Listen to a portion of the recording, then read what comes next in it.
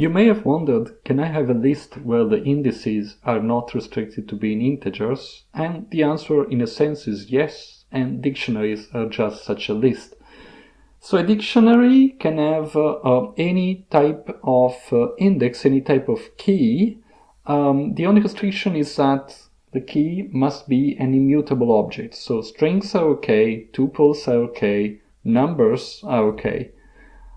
The values can be whatever you like. Again, it's possible to mix and match, though the use of that, utility of that, depends on your application.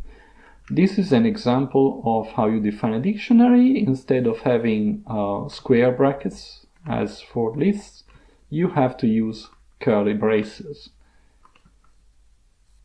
These are key value pairs, so the element on the left is a key and the element on the right is the value.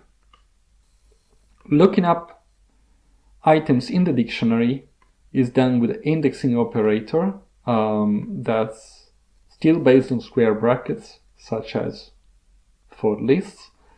And you can use the indexing operator also to assign a new value to an existing key. Something to notice here is that there is no notion of order implicit in dictionaries.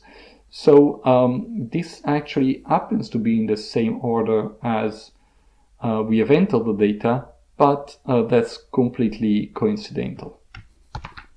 As for lists, another way you can build a dictionary is by starting from an empty dictionary and adding one key at a time. Notice that you can use len operator to know how many keys there are in the dictionary. Finally, it's worth remembering that dictionaries are heavier on the memory and computationally more demanding than lists.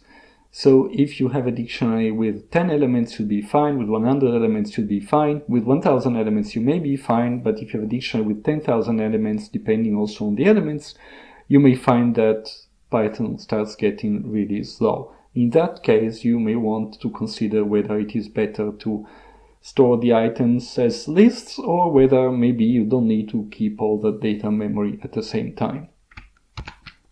This said, though, dictionaries are a very convenient feature of the language, so don't be afraid to use them.